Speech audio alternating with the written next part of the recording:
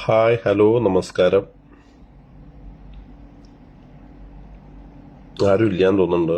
നാട്ടിലെല്ലാം മഴയാണ്. പലയിടത്തു നിന്നും വളരെ വേദനാജനകമായ വാർത്തയാണ് കേൾക്കുന്നത്. വയനാടിന്റെ കാര്യം വളരെ ദുരിതപൂർണമാണ്.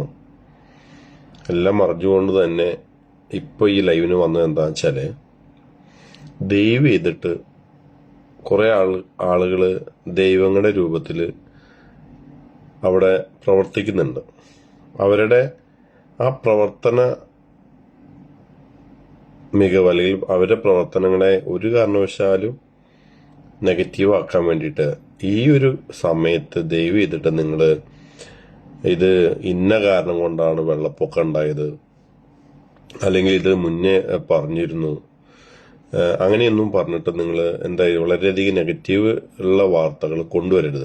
നമ്മൾ ആലോചിക്കേണ്ടത് വികസിതമായ പല രാജ്യങ്ങളിലും ഈ വെള്ളപ്പൊക്കം ഉണ്ടായിട്ടുണ്ട്. ഈ കഴിഞ്ഞ 1.5-2 വർഷത്തിനുള്ളിൽ തന്നെ നമ്മളെടുത്ത് ഡേറ്റാസ് എടുത്ത് കഴിഞ്ഞാൽ മനസ്സിലാവും.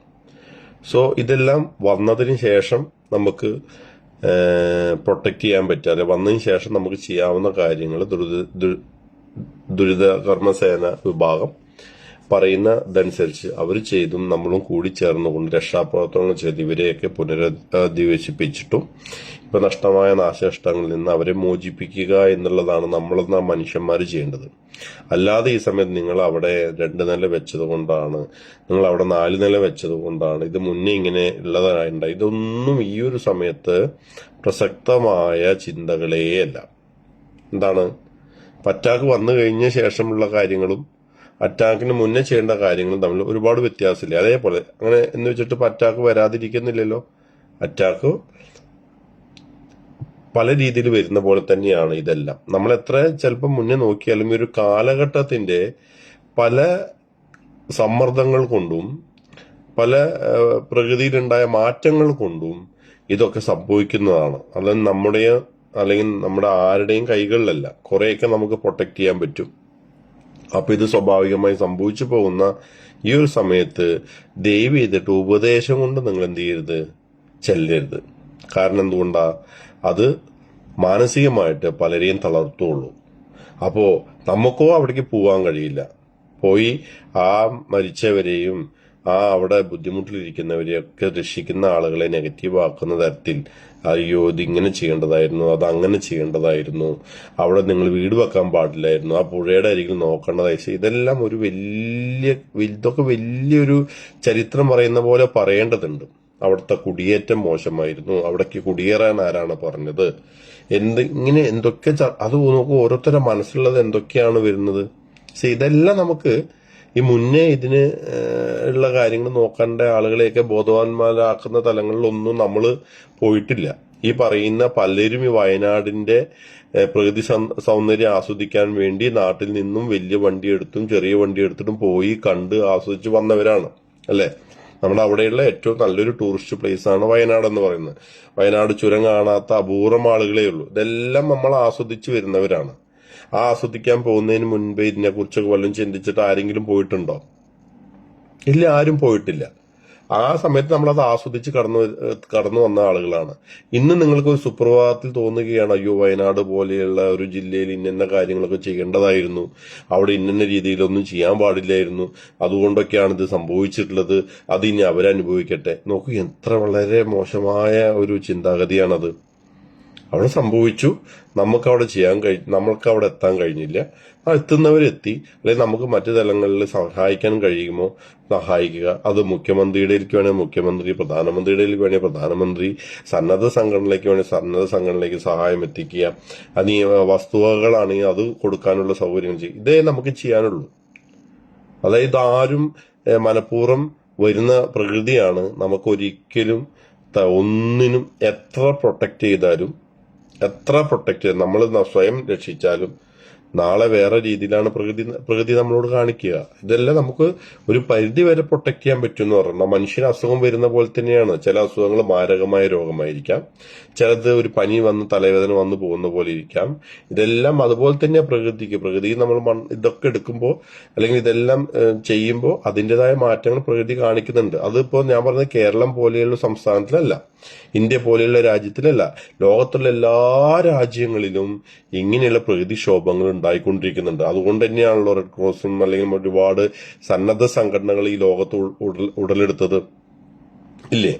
ഒരുപാട് സന്നദ്ധ സംഘടനകൾ ഉടലെടുത്തിട്ടുണ്ട്. അവർക്ക് വ്യക്തമായ ട്രെയിനിങ് കൊടുത്തിട്ടുണ്ട്. ഇപ്പൊ നമ്മൾ UAE പോലെ രാജ്യത്തിരിക്കുന്നു. നമ്മൾ കഴിഞ്ഞ ഒരു തെറ്റില്ലാത്തൊരു ഫ്ലഡ്, അല്ലെങ്കിൽ ഇവരുടെ എത്രയോ കാലം 75 വർഷത്തിന് ശേഷമുള്ള ആദ്യത്തെ ഫ്ലഡാണ് ഇവിടെ സംഭവിച്ചിട്ടുള്ളത്. എത്ര ദിവസം എടുത്തു അത് കരകയറാൻ? അത് ആലോചിച്ച് നോക്കണം. നമ്മുടെ നാട്ടിലിന്റെ പെയ്ത മഴയുടെ ഒരു അംശം പോലും ഇല്ലാത്ത ഇതാണ്. എത്ര ജനങ്ങള് അതിൽ പെട്ടു ഉലഞ്ഞുപോയി, അവരെ കറണ്ട്, വെള്ളം മുതലായ സംഭവങ്ങൾക്ക് പ്രശ്നങ്ങൾ ഉണ്ടായി. ഇതെല്ലാം അപ്പോ ഇത് വേറെ സംഭവങ്ങളൊന്നുമല്ല. ഇതെല്ലാം ഉണ്ടാകുമ്പോൾ നമ്മൾ അതിനെ പോസിറ്റീവായിട്ട് അതിനെ എങ്ങനെ റിക്കവർ ചെയ്ത് വരാം, ഈ പറഞ്ഞ ആളുകളെ എങ്ങനെ അധിവസിപ്പിക്കാം, ഇവർക്ക് ഉണ്ടാകുന്ന പ്രശ്നങ്ങളെ എത്രത്തോളം ഗാഠത കുറയ്ക്കാം അല്ലെങ്കിൽ അതിന്റെ കാഠിന്യം കുറയ്ക്കാം. നമ്മളെല്ലാ മനുഷ്യരും അവിടെ അറിയുന്നവരും ചെയ്യുന്നവർക്കും എല്ലാവർക്കും അതിനോട് അനുബന്ധമായ കാര്യങ്ങളോട് ബന്ധപ്പെടാനല്ലാതെ ദയവ് ചെയ്തിട്ട് മലയാളിയുടെ ശരിക്കുള്ള ഈ ക്യാരക്ടർ കാണിക്കരുത്. എന്ത് ഈ കുഞ്ചും കുശുമ്പും പറയാന്നുള്ളതാണ് മലയാളി. ലോകത്ത് എവിടെ പോലെ മലയാളികളുടെ സിമ്പിളാണ്. ഒരു മനുഷ്യൻ നന്നാവാൻ സമ്മതിക്കില്ല. ഈ ഞണ്ടിന്റെ സ്വഭാവം പോലെ പിടിച്ച് കാല് വലിച്ചിടുന്ന പോലെ തന്നെ അവർ ചെയ്തോട്ടെ, നല്ല കാര്യങ്ങൾ അവർ ചെയ്യുന്ന കാര്യം ചെയ്തോട്ടെ. ഈ സമയത്ത് ഈ ഉപദേശം കൊണ്ട് വരരുത്. ഇതിന് ശരിക്കും നമ്മുടെ നാട്ടിലൊരു നാടൻ ഭാഷയുണ്ട്, നമുക്കത് പറയാൻ കഴിയില്ല. അത് ഉപദേശവും അതിന്റെ കൂടെ ഒരു കാര്യമാണ് പറയാ. അപ്പൊ അതുകൊണ്ട് നമുക്കൊന്നും ചെയ്യാൻ കഴിഞ്ഞില്ലേ, മിണ്ടാണ്ടിരിക്കുക. ഒരു സംസ്ഥാനത്തിന് ഒരു സംസ്ഥാനത്തിലെ ഒരു ജില്ലയുടെ ഏകദേശം അത് കേരളം കണ്ട വലിയൊരു ഭീതിജനകമായ ഒരു ദുരന്തമാണ് ഉണ്ടായിട്ടുള്ളത്. അവിടെ ഒരു ജനതയെ മുഴുവൻ പറ്റുന്നവർക്ക് അവിടെ നല്ല രീതിയിൽ നമുക്ക് ചെയ്യാവുന്ന രീതിയിൽ മുഖ്യമന്ത്രിക്കോ അല്ലെങ്കിൽ പ്രധാനമന്ത്രിയുടെ ഇതിലോ സഹായങ്ങൾ കൊടുത്തും സന്നദ്ധ സംഘടനകൾ ഇറക്കിയുമാണ് നമ്മളിതിനെ ആ പറഞ്ഞ ആളുകളെല്ലാം റിക്കവർ ചെയ്ത് കൊണ്ടുവരേണ്ടത്. അത് ഒരിക്കലും ഒരു ദിവസം കൊണ്ടോ 2 ദിവസം കൊണ്ടോ കഴിയില്ല. അതിന് ടൈം പ്രോസസ്സ് എടുക്കും. ഈ പറയുന്ന ആളുകളെയൊക്കെ അവർ വിന്യസിക്കുന്നുണ്ടെങ്കിലും ഇതിനെല്ലാം ഗവൺമെന്റ് തലങ്ങളിൽ വലിയൊരു പൈസ ചെലവുള്ള കാര്യങ്ങളാണ്. ഇതിനെല്ലാം നമ്മൾ നിസ്സാരമല്ല. അതുപോലെ തന്നെ ഈ രാത്രിയിലും മഴയിലും ഈ സന്നദ്ധ സംഘടനകൾ നോക്കൂ, ഒരു റെയിൻ കോട്ടിന്റെ മുകളിൽ നിന്നുകൊണ്ട് റെയിൻ കോട്ട് ഇട്ടിട്ട് ആ വെള്ളത്തിലൊക്കെ ചാടി നമ്മൾ ഈ പറയുന്ന ആരെങ്കിലും അവിടെ പോകുന്നുണ്ടോ? അത് പണ്ഡിതര് മുതൽ എല്ലാവരും ഉണ്ട് അവിടെ. ഇന്നലെ പറഞ്ഞ വീഡിയോകളും ഒക്കെ അതുകൊണ്ട് ദയവ് ചെയ്തിട്ട് ഉപദേശം അരുത്, ഉപദേശിക്കരുത്. നിങ്ങൾ ചെയ്യാവുന്ന കാര്യം എന്താന്ന് വെച്ചാൽ ഒരു 100 രൂപയെ സഹായിക്കാൻ പറ്റുകയാണെങ്കിൽ 100 രൂപ കൊടുക്കുക. അല്ല 10,000 കൊടുക്കാൻ പറ്റുമോ അത് കൊടുക്കുക. ലക്ഷം കൊടുക്കാൻ പറ്റുമോ ലക്ഷം കൊടുക്കുക. അത് മുഖ്യമന്ത്രിക്ക് കൊടുക്കാം, പ്രധാനമന്ത്രിക്ക് കൊടുക്കാം, അല്ലെങ്കിൽ നിങ്ങൾക്ക് അത്ര വിശ്വസ്തമായ സന്നദ്ധ പ്രവർത്തകർക്ക് അവിടെ കൊടുക്കാം. അതല്ലാതെ ഒരു കടമ പിന്നെ ചെയ്യാൻ പറ്റുന്ന വെച്ചാൽ അവിടെ പോയിട്ട് സഹായത്തിൽ നമ്മൾ ഇടപെടുക. നമുക്ക് പോയിട്ട് അവിടെ ഒരു പെർമിഷൻ, നമുക്കെല്ലാം ട്രെയിൻഡ് ആണെങ്കിൽ, നമുക്ക് നല്ല പരിശീലനം കിട്ടിയ ആളുകളാണെങ്കിൽ നമുക്ക് അവിടെ പോയിട്ട് രക്ഷിക്കാൻ അവിടെ പോയിട്ട്. പക്ഷെ ദൈവം നമ്മുടെ ജീവിതം, ഒരാളുടെ ജീവിതം കൊണ്ട് ബലി കൊടുക്കരുത്, അറിയാതെ പോയി ചാടരുത്, പൊട്ടത്തരങ്ങൾ ചെയ്യരുത്. അപ്പോ ഈ വക കാര്യങ്ങൾ വരുമ്പോൾ ശാന്തമായിട്ടിരിക്കുക. നമുക്ക് പ്രാർത്ഥിക്കാൻ പറ്റുന്ന ഒരു മനസ്സുകൊണ്ട് പ്രാർത്ഥിക്കുക. സഹായം ചെയ്യേണ്ടവർ അവിടുത്തെ വിവരങ്ങൾ എവിടെയെങ്കിലും എന്തൊക്കെയാണ് ചെയ്യേണ്ടത് തരേണ്ടത് നമ്മുടെ ഭാഗത്ത് ചിലപ്പോൾ നമ്മൾ അറിയില്ല. ഒരു ഫോൺ കോൾ ജില്ലാ പഞ്ചായത്ത് പ്രസിഡന്റിനെയൊക്കെ വേണമെങ്കിൽ വിളിക്കാം, അല്ലെങ്കിൽ അവിടുത്തെ ആ സന്നദ്ധ സംഘടനയുമായി ബന്ധപ്പെട്ട നമ്പറുകളിൽ വിളിക്കാം. നമ്മുടെ ഭാഗത്ത് എന്തെങ്കിലും സഹായം എത്തിക്കേണ്ട കാര്യങ്ങൾ ഏത് രീതിയിലാണ് നിയർ ബൈ ആയിട്ട് എത്തിക്കാൻ പറ്റുമെന്ന് നോക്കാം. അല്ലാതെ ദയവ് ചെയ്തിട്ട് ഉപദേശിക്കരുത്. ഒരിക്കൽ കൂടി പറയുന്നു, അത് വളരെ തെറ്റായ ഒരു മാർഗമാണ് നമ്മൾ സ്വീകരിക്കുക. പ്രത്യേകിച്ച് ഈ മലയാളികൾക്കുള്ള സ്വഭാവം കൂടിയാണ്. അതുകൊണ്ടാണ് ഇവര് എവിടെ ചെന്നാലും പ്രശ്നക്കാരാ. പച്ച മലയാളത്തിൽ പറയാം, എവിടെ ചെന്നാൽ ഈ മലയാളികൾ പ്രശ്നക്കാരാ. വിശ്വസിക്കാനും പറ്റത് ഏത് സമയവും കാലു വലിച്ച് താഴെയിടും. അതുകൊണ്ട് ദയവ് ചെയ്തിട്ട് അവിടെ സന്നദ്ധ പ്രവർത്തനങ്ങൾ ഏർപ്പെടുന്നവർ അവിടെ അവരുടെ വ്യക്തമായ ഉത്തരവാദിത്തം അവർ ചെയ്യും. മരിച്ചു പോയതാണ്, അതിൽ നമുക്കൊന്നും ചെയ്യാൻ കഴിയില്ല. ഇനി അവരുടെ ആശ്രിതരും മറ്റുള്ളവരും ഉണ്ടെങ്കിൽ അവർക്ക് വീട് നഷ്ടപ്പെട്ടവർക്ക് വീട് വെക്കാം, അല്ലെങ്കിൽ അതുപോലെ പല സ്ഥലങ്ങൾ അവിടുന്ന് മാറ്റിപ്പാർപ്പി. ഇതിനെല്ലാം വേണ്ടിയിട്ട് വലിയൊരു സാമ്പത്തികമായ സഹായം നമുക്ക് ആവശ്യമുണ്ട്. നമ്മൾ സംസ്ഥാനം പോലെയുള്ള സംസ്ഥാനത്തിന് മുഖ്യമന്ത്രി തലങ്ങളിലോ അല്ലെങ്കിൽ മറ്റു തലങ്ങളിലോ നമുക്ക് സഹായം എത്തിക്കാൻ പറ്റുമോ എന്ന് നോക്കാം. എന്നിട്ട് ആ സംസ്ഥാനത്ത് ആ ജില്ലയെ നമുക്ക് റീബിൽഡ് ചെയ്യേണ്ടി വരും. അതിനൊക്കെ ഒരുപാട് ചെലവ്. അതിന് ആ ഒരു ശ്രദ്ധയിലേക്ക് കൊടുക്കാൻ നമുക്ക് അതിലേക്ക് ശ്രദ്ധ ഊന്നാനാണ് ശ്രമിക്കേണ്ടത്. അല്ലാണ്ട് സ്കൂളിൽ വന്നിട്ട് കുട്ടികൾക്ക് പാടെടുക്കുന്ന പോലെ ടീച്ചർമാരും അല്ലെങ്കിൽ വലിയ വലിയ ഉപദേഷ്ടാക്കളും വന്ന് ഉപദേശിക്കാൻ ഈ ദൈവം ഇത് ഇപ്പൊ ചെയ്ത് ഇതൊക്കെ ചെയ്യാൻ സമയമുണ്ട്. എന്ത് ഈ റീബിൽഡ് ചെയ്ത് വയനാടിനെ തിരിച്ചു കൊണ്ടുവന്ന ശേഷം തീർച്ചയായും ഞാൻ പറയും ഈ പറഞ്ഞ എല്ലാ സ്കൂള് നടത്തുന്നതെല്ലാം പോയിട്ട് അവിടെ പോയിട്ട് എന്ത് ചെയ്യുക, ഫുൾ തമ്പടിക്കുക. ഇവിടെയുള്ള ഒരു ജനങ്ങൾക്ക് ഒരു വിദ്യാഭ്യാസം കൊടുക്കാതെ ആ ഒരു ജില്ലേനെ മൊത്തം മാറ്റിയെടുക്കാൻ പറ്റുകയാണെങ്കിൽ മാറ്റിയെടുക്കട്ടെ. അങ്ങനെയേ നമുക്ക് ചെയ്യാൻ പറ്റും. അതുകൊണ്ട് മണ്ടത്തരങ്ങളായ ഉപദേശം, മണ്ടത്തരങ്ങളല്ല, ഈ സമയങ്ങളിൽ അല്ല ഉപദേശം ചെയ്യേണ്ടത്. അതായത് രോഗി വയ്യാതെ ക്രിട്ടിക്കൽ കേസിലുള്ള രോഗിയുടെ അടുത്ത് പോയിട്ട് അയാളെ പോയിട്ട് നമ്മൾ ഉപദേശിക്കുന്ന പോലെയാണ് ഇപ്പോൾ ഉപദേശം. എന്താണ്, അയാൾ മരണം കാത്തു കിടക്കുന്ന ഒരാളാണ്. അയാൾക്ക് ആകെ വേണ്ടത് ഒരു ആശ്വാസമാണ്. ആ മനസ്സിന് കൊടുക്കാവുന്ന ഒരു ആർദ്രത, അല്ലെങ്കിൽ ആ മനസ്സിന് കൊടുക്കാവുന്ന ഒരു ആശ്വാസം. അപ്പൊ അവിടെ അടുത്ത് പോയിട്ട് കണ്ടിട്ട് അമ്മേ അല്ലെങ്കിൽ മോനെ ഇന്ന് ഒക്കെ റെഡിയായി പുറത്തു വരും കേട്ടോ, എല്ലാത്തിനും ഞാനുണ്ട്. ആ ഒരു വാക്കുമതി അവർ രണ്ടാമത് ജീവിതം അല്ലെങ്കിൽ അവർക്ക് ജീവിതം നഷ്ടപ്പെട്ടു എന്ന് തോന്നുന്നു തിരിച്ചു വരാൻ. ഈ ഒരു കോമൺ സെൻസ് ഇന്നും ഈ മലയാളികൾക്ക് ഇല്ല. PhD അല്ലെങ്കിൽ മറ്റു തരത്തിലുള്ള ആളുകളൊക്കെയാണ്, വിദ്യാഭ്യാസത്തിൽ വളരെ മുൻപന്തിയുള്ള ആളുകളൊക്കെയാണ് ഈ വക പ്രവണതയിൽ മുന്നോട്ട് വരുന്നത്. ദയവ് ചെയ്തിട്ട് ഒരു കോമൺ സെൻസ്, സാമാന്യ ബുദ്ധി, യുക്തിക്ക് നിരക്കാത്ത കാര്യങ്ങൾ പറയാതിരിക്കുക. അവസരത്തിന് ഒത്ത് നമ്മൾ പ്രവർത്തിക്കാൻ മിടുക്ക് കാണിക്കുക. അല്ലെങ്കിൽ എന്താ പ്രശ്നം ഉണ്ടാവുന്ന വെച്ചാൽ ഇതെല്ലാം വളരെ നെഗറ്റീവായിട്ട് നമുക്ക് തിരിച്ചടിക്കും. നമ്മൾ ഈ കാണുന്ന പൈസ ഒന്നുമല്ല. ഇതേ സമയത്ത് നമ്മൾ കാണേണ്ടത് ദുരിതത്തിൽ അനുഭവിക്കുന്നതോട് പോയിട്ട് നിങ്ങൾ ഓഷാരം ചെയ്യരുത്.